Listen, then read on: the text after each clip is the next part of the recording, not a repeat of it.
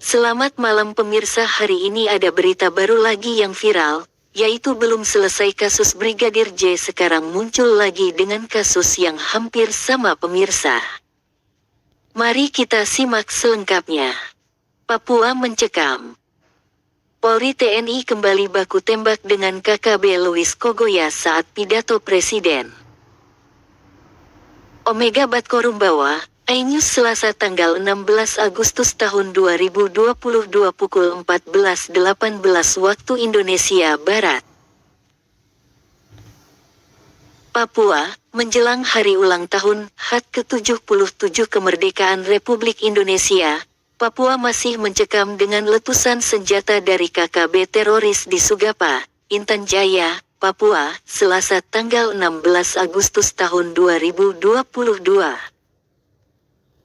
Kelompok kriminal bersenjata KKB, Louis Kogoya melakukan penyerangan di Supaga, Papua serta membakar sejumlah fasilitas publik. Baca juga, Breaking News. KKB teroris mengamuk dan bakar fasilitas Pemda saat pidato kenegaraan. Penyerangan KKB teroris terjadi pada pukul 10.40 hingga pukul 13 siang waktu setempat di Kampung Mamba, Sugapa berbarengan dengan pidato kenegaraan Presiden Republik Indonesia, Joko Widodo, Jokowi, di gedung DPR RI. Direktur Reserse Kriminal Umum Polda Papua, Kombes Pol Faizal Rahmadani mengatakan, pihaknya sudah mengantisipasi terhadap 9 daerah rawan yang menjadi sasaran operasi Satgas Damai Cartens. Namun tadi pagi telah terjadi penyerangan oleh kelompok Louis Kogoya hingga terjadi kontak tembak, ujar Faizal. Faizal juga menambahkan, penyerangan serta aksi pembakaran yang terjadi di Sugapa tidak ada korban jiwa.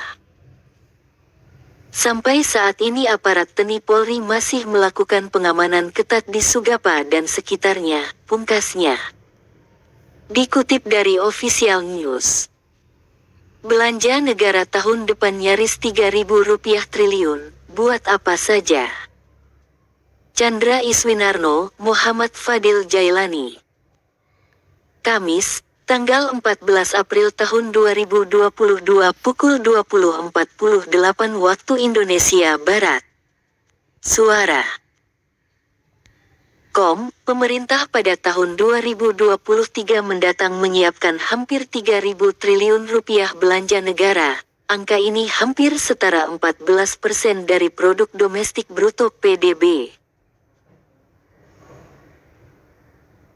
Menteri Keuangan, Menke, Sri Mulyani Indrawati menjelaskan, berbagai belanja yang akan menjadi prioritas pemerintah di tahun 2023 mendatang, salah satunya di bidang perlindungan sosial yang anggarannya akan tetap dijaga rangnya antara Rp349 triliun hingga Rp332 triliun. Ini terutama untuk tetap menjaga perlindungan kepada masyarakat yang rentan, mendukung perlindungan sosial sepanjang hayat, dan juga mendorong perlindungan sosial yang makin adaptif, papar Sri Mulyani dalam konferensi pers usai ratas rancangan rencana kerja pemerintah dan Pagu 2023 di Istana Negara, Kamis tanggal 14 April tahun 2022.